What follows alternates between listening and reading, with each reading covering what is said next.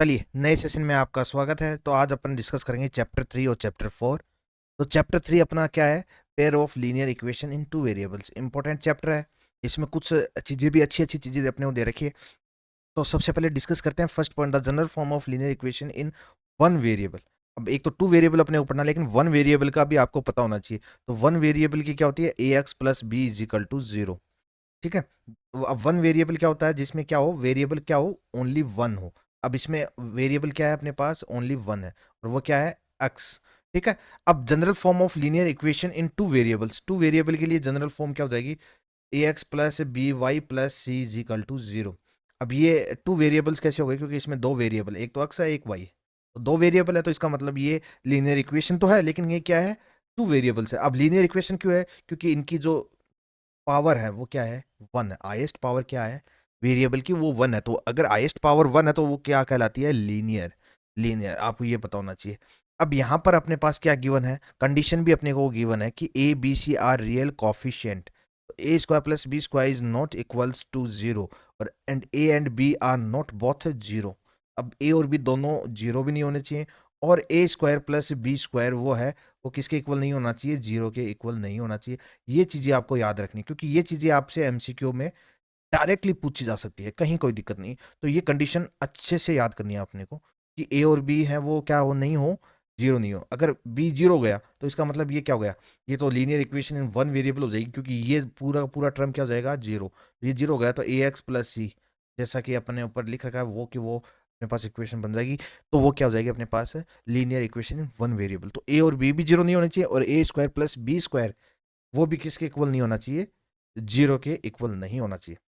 अब थर्ड अपने को कंडीशन क्या गिवन है? Every linear equation gives a straight line graph. अब लीनियर इक्वेशन है वो अपने को क्या ग्राफ में क्या देती है? लीनियर स्ट्रेट लाइन देती है हमेशा। जैसे अपन किसी का भी ग्राफ बना लें, अपने को क्या गिवन होगा? स्ट्रेट लाइन होगी। कहीं पर भी हो स्ट्रेट लाइन होगी। ठीक है। Every point lying on this line is solution of linear equation. अब जैसे ये लाइन अपने को है, तो इस पे जो भी पॉइंट लाई होंगे वो क्या होंगे? उस लीनियर इक्वेशन के सॉल्यूशन होंगे।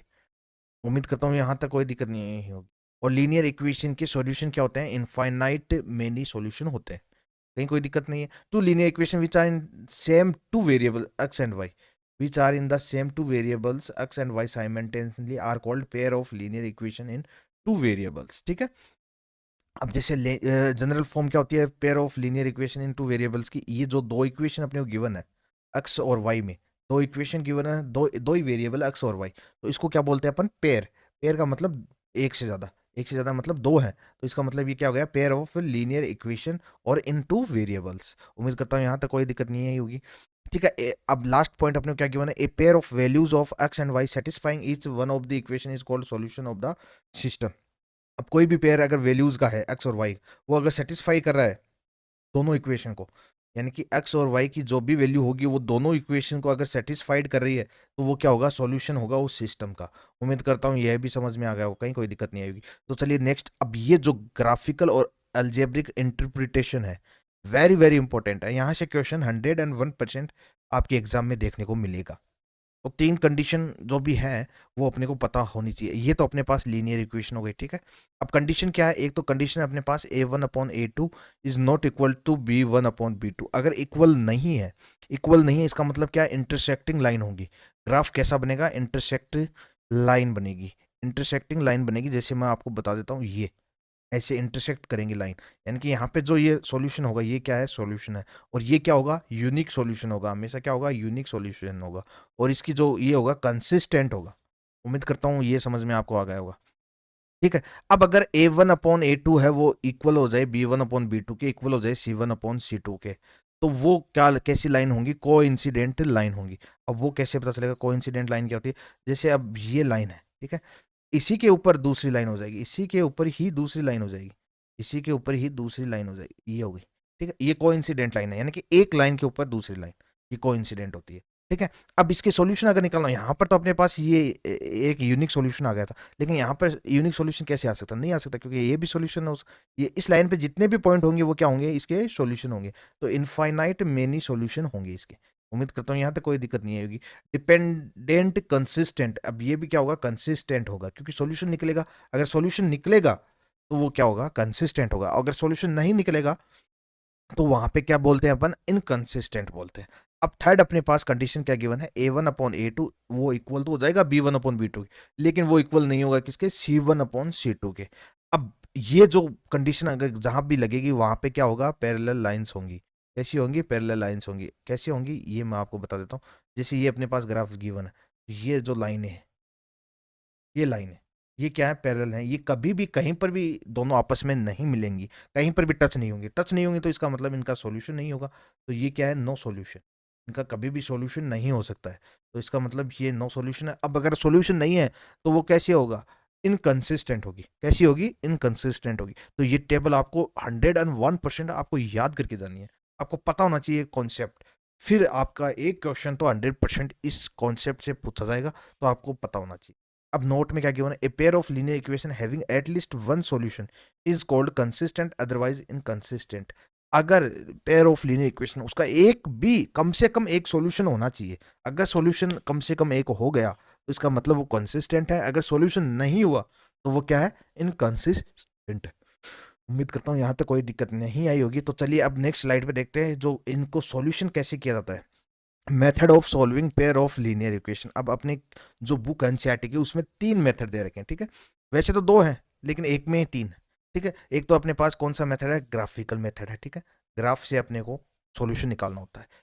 एक अपने पास है अल्जेब्रिक मेथड। अब अल्जेब्रिक मेथड में भी 2 मेथड आते हैं, एक तो सब्स्टिट्यूशन मेथड आता है, एक एलिमिनेशन मेथड आता है। तो मैंने यहाँ पर स्टेप्स लिख रखे हैं, इसे आपको समझना है कि किस तरीके से अपने को ये सोल्व करना है, ठीक है। सबसे पहले अपन ग्राफिकल मेथड देख लेते हैं। ग्राफिकल मेथड में क्या करना होता है, सबसे पहले अपने को प्लॉट करनी होती है, दोनों जो लीनियर इक्वेशन अपने को गिवन है उनको प्लॉट करनी होती है। जैसे मैं एग्जांपल से आपको डायग्राम से आपको थोड़ा सा मैं आइडिया दे देता हूँ। जैसे अपन ये ग्राफ है, अपन ने प्लॉट कर दी, एक तो लाइन यहाँ पे है, ठीक है, एक लाइन है ये है। एक तो अपने कोई लाइन ऐसी बन सकती है, एक अपने पास लाइन कैसी बन सकती है, ऐसी बन सकती है लाइन, ठीक है। मैं एक एग्जाम्पल से आपको आइडियली समझा रहा हूँ, क्वेश्चन लेकर नहीं समझा रहा हूँ क्योंकि इतना टाइम अपने पास नहीं है। एक लाइन अपने पास कैसी हो सकती है, इसी के ऊपर एक लाइन हो सकती है,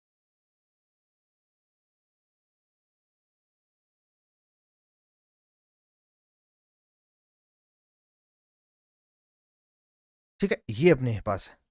अब अपने को कैसे पता चलेगा कौन सा ग्राफ कैसे किस तरीके से होगा, तो सबसे पहले अपन ने प्लॉट कर लिया, ठीक है। या तो अपने ऐसी लाइनें होंगी जो एक जगह कहीं पर भी इंटरसेक्ट होंगी, या ऐसी होंगी कहीं पर भी इंटरसेक्ट नहीं होंगी, या ऐसी लाइन बन सकती है जिस एक के ऊपर एक बन सकती है, ठीक है। अब अपने को सेकंड स्टेप में क्या करना है, find the intersecting point on graph if the lines are intersecting. अगर लाइंस इंटरसेक्ट कर रही हैं तो यहाँ पर अपने को इंटरसेक्ट पॉइंट निकालना होगा, ठीक है। तो अगर इंटरसेक्ट पॉइंट निकाल लिया अपने जैसे 2 और 3, तो वही क्या हो जाएगा, इस लीनियर इक्वेशन का रिक्वायर्ड सॉल्यूशन हो जाएगा। उम्मीद करता हूँ ये समझ में आ गया होगा। अब स्टेप 4, अगर इंटरसेक्ट नहीं कर रही है लाइन, लाइंस क्या है, को इंसिडेंट है, यानी कि एक लाइन के ऊपर एक लाइन है, तो वहां पर क्या होगा, इनफाइनाइट मैनी सॉल्यूशन होगा। और जहां पर वहां पर जितने भी पॉइंट होंगे वो क्या होंगे, उसके सॉल्यूशन होंगे, ठीक है। और स्टेप 5, अगर कंडीशन क्या जाए, अपने पास लाइंस क्या हो, पैरेलल हो, यानी कि लाइंस कभी मिल नहीं रही हो, तो वहां पे कोई सॉल्यूशन नहीं होता। ये तो अपने पास ग्राफिकल मेथड हो गया, ठीक है। उम्मीद करता हूँ कोई दिक्कत नहीं आई होगी। चलिए अब सेकंड देख लेते हैं अपन, सब्सटीट्यूशन मेथड। अब सब्सटीट्यूशन मेथड क्या होता है, जैसे अपने पास कोई भी 2 इक्वेशन गिवन है, a1x plus b1y plus c1 is equal to 0। एक इक्वेशन अपने पास है a2x plus b2y plus c2 is equal to 0। ये 2 अपने को लीनियर इक्वेशन गिवन, ठीक है। अब सब्सटीट्यूट का मतलब क्या होता है कि एक इक्वेशन की वैल्यू है वो अपने को सेकंड इक्वेशन में रखनी है। From one equation find the value of one variable in terms of other variable. अब जैसे इक्वेशन फर्स्ट को अपन एक्स की वैल्यू निकालनी है अपने, ठीक है, या वाई की वैल्यू निकालनी है, किसी की भी निकाल से, वाई की निकालनी है, तो अपने को सोल्व करना पड़ेगा इसको। कैसे सोल्व करेंगे, a1x प्लस b1y।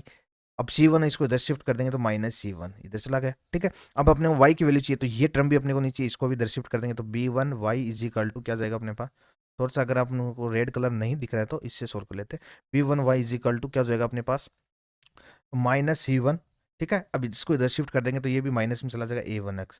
अब यहाँ से y की वैल्यू निकालनी है अपने को, y की वैल्यू निकालेंगे तो minus c1 minus a1x upon ये b1 मल्टीप्लाई में इधर डिवाइड में चला जाएगा। ये अपने पास क्या हो गई, y की वैल्यू हो गई। अब इस y की वैल्यू को अपने को सब्सटीट्यूट करना है सेकेंड इक्वेशन में, जिससे अपने पास क्या आ जाएगा, x की वैल्यू आ जाएगी। और x की वैल्यू जहां पे भी आ जाएगी बस वहां पे अपने x का सॉल्यूशन आ जाएगा। बस यही करना है, ठीक है। अब सेकंड स्टेप अपने को क्या गिवन है, substitute the value of variable obtained in the step 1। Step 1 में जो भी अपने पास वेरिएबल की वैल्यू आई है उसको सब्स्टिट्यूट करना है अपने को second equation. Solve the equation in one variable and find the value of a variable. Substitute the value of variable so obtained in step 3 in question you will get equation unknown variable. Solve this equation in one variable and find the variable. अब ये आपको easily समझा देता हूँ, ठीक है। ये value अपने y की निकाली, अब y की वैल्यू इसमें रख देंगे, ठीक है।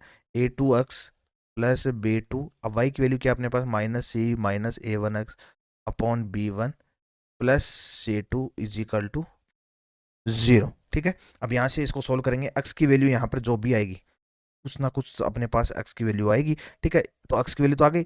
अब इस x की वैल्यू को अपने को इसमें रखना है, ठीक है, इक्वेशन फर्स्ट में रखना। यहाँ से y की वैल्यू आ जाएगी, तो x और y की वैल्यू आ जाएगी, तो इसका मतलब अपने पास सॉल्यूशन आ जाएगा। उम्मीद करता हूँ सब्स्टिट्यूशन मेथड आपको समझ में आ गया होगा। अब एलिमिनेशन मेथड, अब एलिमिनेशन मेथड को कैसे करते हैं।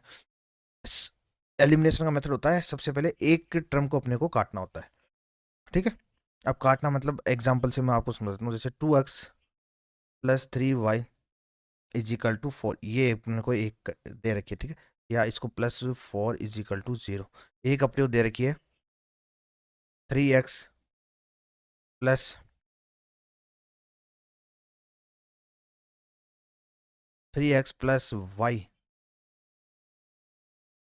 प्लस 2 इज इक्वल टू 0, ये अपने को दो इक्वेशन गिवन है, ठीक है। अब एलिमिनेशन में क्या करते हैं, या तो x की टर्म को अपन को एलिमिनेट करना है, एलिमिनेट का मतलब काटना है, या y की टर्म को। अब इसमें से किसको मल्टीप्लाई करेंगे कि ये एक टर्म सेम हो जाए, और फिर सब्ट्रैक्ट या प्लस करके अपन काट सकते हैं। जैसे अब यहाँ पर अपने 3y दे रखा है, यहाँ पर भी अगर 3y बना लेते हैं तो ये कट जाएगा, तो इसका मतलब इसको 3 से मल्टीप्लाई कर देंगे, तो इसको मल्टीप्लाई करेंगे 3 3 9 plus 3y plus 6 is equal to 0, ये इक्वेशन हो गई। अब इससे माइनस कर देंगे, तो माइनस करने पर अपने पास एक टर्म कट जाएगी, कैसे कटेगी वो देखना अभी, इज इक्वल टू 0। अब यहाँ से इसको अगर माइनस करते हैं तो ये किस में प्लस में, तो माइनस, ये प्लस में माइनस, ये माइनस, ये माइनस, ठीक है। अब यहाँ से 9x माइनस 2x कितना हो जाएगा 7x। अब यहाँ से प्लस 3y माइनस 3y, ये कैंसिल हो गया आपस में, तो यहाँ पे 0 हो गया। यहाँ से 6 माइनस 4 कितना हो जाएगा प्लस 2 इज इक्वल टू 0। अब यहाँ से x की वैल्यू अपन निकाल सकते हैं, x is equal to minus 2 upon 7। अब x की वैल्यू आगे किसी भी इक्वेशन में अपन x की वैल्यू रख देंगे तो y की वैल्यू निकल जाएगी। तो उम्मीद करता हूँ ये क्वेश्चन भी आपको समझ में आ गया होगा, ठीक है। और यहाँ पर मैंने स्टेप दे रखी है, स्टेप से अगर आपको समझ में आ रहा तो स्टेप से आप समझ सकते हो। उम्मीद करता हूँ यहाँ तक कोई दिक्कत नहीं आई होगी। तो चैप्टर 3 में बस यही सब कुछ था, तो यहाँ तक कोई दिक्कत आपको नहीं आने वाली है। चैप्टर 3 में यही मोटी मोटी चीजें थी जो आपको पता होनी चाहिए। अब चैप्टर 4 देखते हैं, क्वाड्रेटिक इक्वेशन। चैप्टर 4 क्या अपना क्वाड्रेटिक इक्वेशन, इसको देख लेते हैं अपन। तो सबसे पहले क्वाड्रेटिक इक्वेशन आपको पता होनी चाहिए क्या होती है, जिस वेरिएबल की हाईएस्ट पावर क्या हो, वो हो 2। वेरिएबल x या y कुछ भी हो, उसकी हाईएस्ट पावर कितनी होनी चाहिए 2, उसको क्या बोलते हैं क्वाड्रेटिक इक्वेशन। तो इसकी जनरल फॉर्म क्या हो जाएगी, ax square plus b x plus C is equal to 0, ये अपने पास क्या हो जाएगी, इसकी जनरल फॉर्म हो जाएगी। उम्मीद करता हूँ यहाँ तक कोई दिक्कत नहीं आई होगी आपको, ठीक है। A is coefficient of x square, अब ये पता होना चाहिए आपको, ए है वो किसका कॉफिशिएंट है, एक्स स्क्वायर का है, बी है वो एक्स का कॉफिशिएंट और सी क्या है कांस्टेंट टर्म है। Equation of form is called pure quadratic equation. अब जो ये इक्वेशन है ए x square plus C is equal to 0, ये है, इस इक्वेशन को हम क्या बोलते हैं, प्योर क्वाड्रेटिक इक्वेशन।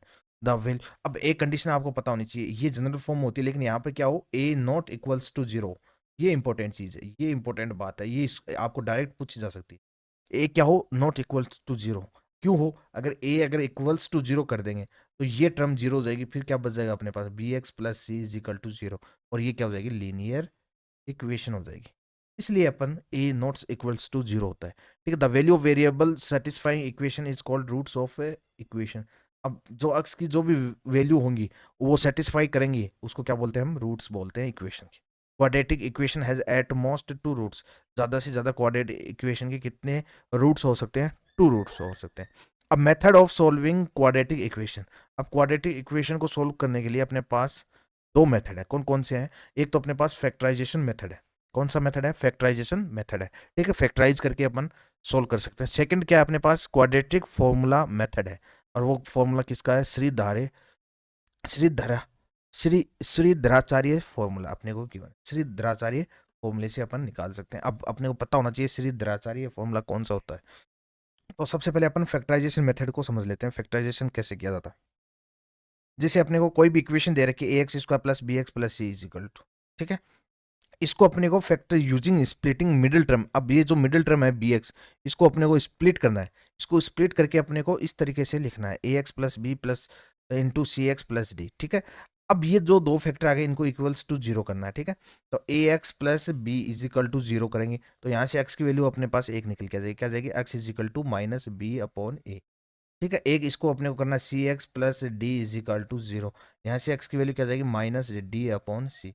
ये दोनों क्या हो जाएंगे, क्वाड्रेटिक इक्वेशन के रूट्स हो जाएंगे। तो ये तो है फैक्टराइजेशन मेथड से, ठीक है। एग्जाम्पल मैं नहीं करवा रहा हूँ क्योंकि अपन क्विक रिवीजन कर रहे हैं, एग्जाम्पल आपको सोल्व करने हैं ज़्यादा से ज़्यादा। अगर कहीं कोई दिक्कत आ रही है तो मैंने एनसीईआरटी का पूरा सॉल्यूशन करवा रखा है, तो वहाँ पर आप कॉन्सेप्ट भी समझ सकते हैं इंट्रोडक्शन क्लास में। तो चैप्टर 4 के जो भी इंट्रोडक्शन क्लास है वहाँ पर आप जाकर क्वेश्चन भी आप समझ सकते हैं, पूरे मैंने एग्जाम्पल्स, क्वेश्चंस, एक्सरसाइज के क्वेश्चन सब करवा रखे हैं, ठीक है। उम्मीद करता हूँ कोई दिक्कत नहीं है। अब क्वाड्रेटिक सेकंड मेथड क्या अपने पास, क्वाड्रेटिक फॉर्मूले से अपन कैलकुलेट कर सकते हैं रूट्स इक्वेशन के। अब वो क्वाड्रेटिक फॉर्मूला क्या होता है, एक्स इज इक्वल टू, अब इसको याद कैसे करते हैं, x is equal to minus b plus minus under root b square minus 4ac upon 2a। ये अपने पास क्वाड्रेटिक फॉर्मूला होता है, ठीक है। अब अपने पास क्वाड्रेटिक फॉर्मूला गया, ये भी निकाल लेंगे, ठीक है। अब नेचर्स ऑफ रूट्स, यहाँ से एक इंपॉर्टेंट क्वेश्चन बन सकता है आपके लिए, बन नहीं सकता है, बनेगा, इंपॉर्टेंट क्वेश्चन बनेगा यहाँ से। अब नेचर्स ऑफ रूट आप इससे पूछा जाएगा कि इसका नेचर्स ऑफ रूट्स बताइए क्या है। जैसे अपने पास कोई भी, जैसे इक्वेशन अपन ले लेते हैं a x square plus b x plus C is equal to zero. अब ये पूछा है कि इसके नेचर्स ऑफ रूट्स कैसे हैं, इसके रूट्स प्लस में होंगे, नेगेटिव होंगे या इक्वल होंगे, क्या होंगे, ये अपने को पूछा जाएगा। तो अपने को डी की वैल्यू निकालनी है, यानी कि डिस्क्रिमिनेट। अब डी इज इक्वल टू क्या होता है, बी स्क्वायर माइनस 4ac, इसकी वैल्यू अपने को निकालनी होती है। अगर डी है वो बड़ा है जीरो से तो वहाँ पे क्या होगा, रियल रूट्स होंगे और क्या होंगे, अनइक्वल, इक्वल नहीं होंगे, अनइक्वल होंगे। अगर डी की वैल्यू जीरो है तो वहाँ पर रूट्स तो रियल होंगे लेकिन क्या होंगे, इक्वल होंगे। और अगर डी है वो लेस देन जीरो है, अगर लेस देन जीरो है डी की वैल्यू, तो वहां पर कोई भी रूट्स नहीं होगा, no roots, roots are imaginary. Roots क्या होंगे, इमेजनरी होंगे या नो रूट्स होंगे। उम्मीद करता हूँ यहाँ तक आपको कोई दिक्कत नहीं आई होगी। बस इस चैप्टर में यही इंपॉर्टेंट चीज़ें थी, बाकी कुछ नहीं है। सबसे पहले अपने को क्वाड्रेटिक इक्वेशन को सोल्व करने के लिए अपने पास दो मेथड हैं। एक तो फैक्टराइजेशन मेथड है, वो आपको आना चाहिए, फैक्टराइज कैसे कर सकते हैं, किस तरीके से किया जाता है, मिडिल टर्म को किस तरीके से स्प्लिट किया जाता है, स्प्लिट करना भी मैंने सिखा रखा है, तो वहाँ पे आप क्लास देख सकते हैं, ठीक है। पहली चीज़ तो ये है। सेकंड चीज़ क्या है, अपने पास फॉर्मूला आपको याद होना चाहिए, श्रीधराचार्य फॉर्मूला आपको याद होना चाहिए। क्या होता है, x is equal to minus b plus minus b square minus 4ac upon 2a, ठीक है, ये होता है। अब सेकंड चीज क्या होती है, अपने पास रूट्स के नेचर्स पूछ सकते हैं, रूट्स कैसे होंगे, इक्वल होंगे, नॉट इक्वल होंगे या कोई रूट्स नहीं होंगे, वो कंडीशन अपने को पूछ सकते हैं। तो वो कंडीशन कैसे निकालेंगे, डी की वैल्यू से। अब डी क्या होता है, बी स्क्वायर माइनस 4ac होता है। अब डी स्क्वायर माइनस 4ac की वैल्यू अगर जीरो से बड़ी है, ठीक है, तब तो रूट्स क्या हो जाएंगे, रियल हो जाएंगे और अनइक्वल होंगे, यानी कि इक्वल नहीं होंगे। अगर बी स्क्वायर माइनस 4ac है वो इक्वल्स टू जीरो हो जाए, तब वहां पर रूट्स क्या हो जाएंगे, इक्वल हो जाएंगे। और अगर डी की value B square minus 4ac है वो लेस देन जीरो, यानी कि जीरो से छोटी हो जाए, तो वहां पे कोई भी रूट्स नहीं होंगे। उम्मीद करता हूँ ये दोनों चैप्टर भी आपको अच्छे से समझ में आ गए होंगे, कहीं कोई दिक्कत नहीं आई होगी। तो चलिए फिर नेक्स्ट सेक्शन में अपन डिस्कस करेंगे चैप्टर 5 और चैप्टर 6। तब तक के लिए bye, good night, take care.